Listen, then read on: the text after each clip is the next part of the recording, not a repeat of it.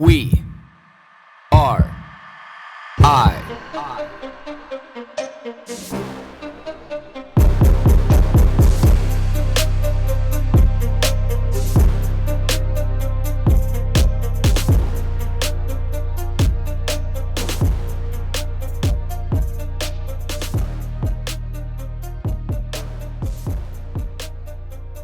Good morning, everybody. 5:13 a.m. on this Friday. I hope that everybody has some great plans for the weekend.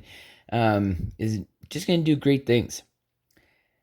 One thing that I see pretty consistently now, and I absolutely enjoy this. I revel and I marvel, and I hope that there's so many more people, businesses that tote this same line, the same narrative. That when I get up in the morning and I cruise through my Instagram feed throughout the day, and I see more and more businesses, small businesses. The backbone of any nation is small business. It's not big business.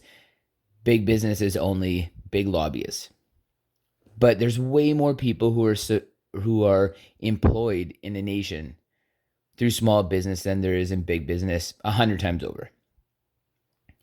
And a lot of these people are starting to stand in solidarity and saying, we will not discriminate. They're publicly posting.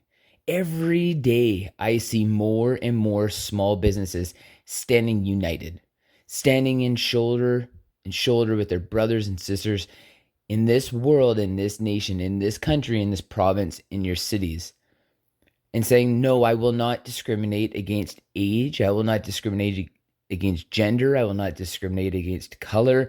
I will not discriminate against race, religion, vaccine status, anything. Everybody is welcome. I am inclusive.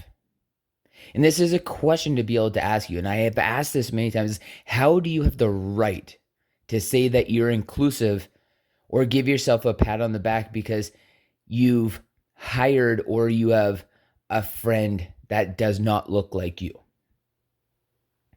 But you will segregate somebody else based on a slight shift of ideology. So like the example here is, would you hire, if you were a white Christian and you hired a black Christian, is that okay as long as you didn't hire a white Muslim? Or are you inclusive? Would you hire somebody who is female, but you wouldn't hire somebody who is trans? Would you hire somebody who has a vaccine versus somebody who doesn't have a vaccine? See, because the thing is, these are all these people's individual choices. And yes, you can make the argument that it is your right as a business owner or as a person to be able to include the people that you want in your life and exclude the people that you don't. But again, when we start to make these choices, that's where segregation lies. And when is segregation okay? When do you decide to stand up and you publicly say, like, you start promoting, you talk to your friends, you talk to your family, you make posts on social media, you talk to your network about how these examples are not okay. We allow women the ability to be able to vote now because they always should have. Black people aren't slaves now because they never should have. We don't have religious segregation because there never should have been any. We don't have these things. If you fight for one, gay people can get married now because they should always have been able to. If people make an informed choice about changing their gender, fine. They always should have been. It's been around in culture for thousands of years. But then why would you take a stance on something like a vaccine or having a vaccine passport? Something that even your medical records should be 100% private. So one of the things, it's like your PIN number. It's like your social insurance number. Like, these things take courage. The one thing that infuriates me now is listening to the people say, I'll support that, but behind closed doors. If there's any time, let me back this up a little bit. It's always infuriated me when people would come to me, or I would hear the narrative like, oh, I can't believe that fucking guy is driving so fast. Homeboy, you speed. Shut your mouth. Oh, I just fucking can't stand my work. Hey man, go get a different job. Like, that stuff drives me nuts. It's always like, we have the immediate ability to be able to change our circumstances anytime we want. It might not have an immediate effect, but we can immediately change our circumstances anytime we want.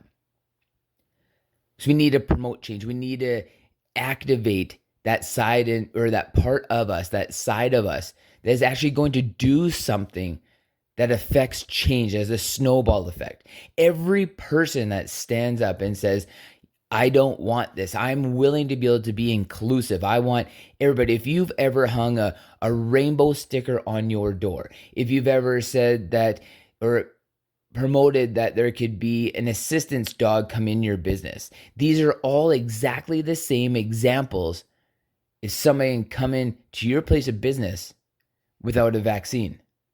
But people have drawn this weird line in the sand saying segregation over there is okay. I'm not going to segregate somebody who's gay. I'm not going to segregate somebody who is blind. I'm not going to segregate somebody who is black. I'm not going to segregate somebody because of their gender. But I am going to segregate somebody because of their medical status. It's gross. Super gross. But when people don't have the courage to be able to stand against that and say and do something, to be able to stand in solidarity with the people who are actually willing to be publicly crucified because of their opinions, because they know how important it is to be able to take a stance, because segregation is never okay. Tyranny is never okay. What infuriates me is the people who want to reap the benefits of that and never enter that arena themselves. If you are going to sit there and you're going to reap the benefit of it, if you are going to sit there and hold your head high and live in that world and not fight for it, that's what bugs me. Because it takes courage. It takes courage to be able to promote change, to stand in solidarity. I know people are putting their professional titles on the line. I know people who have had businesses for decades that are putting down the line. I know people who have a personal status in their lives that they're willing to be able to leverage and throw under the bus because it means something to them. Knowing that they probably have to change jobs. Knowing that at the end of the day that they can say, I fought against tyranny. So those people who are willing to put it all on the line deserve to be able to reap the benefits. I just don't understand the rest of the people that want to, that massive part of the population that's in the middle. It's like, well, I just don't know what to do. It's like simple. The same thing everybody else is doing. Have a voice. Say this is wrong. Publicly denounce it so that you can inspire other people to be able to do the same. So the voices are heard and not just complain about it behind closed doors. Because I, for one, I'm not somebody who's just going to fall into line. I am going to be one of the people that when the cattle herd of people is moving forward with their heads ducked down and their chin in their chest, scared to be able to look up with the tyranny of the authorities that be, I'm going to be one of the many that's going to be walking in the other direction with my head held high at all costs.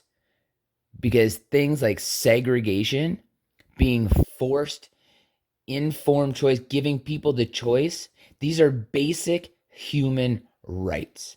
And we all should be standing up for them.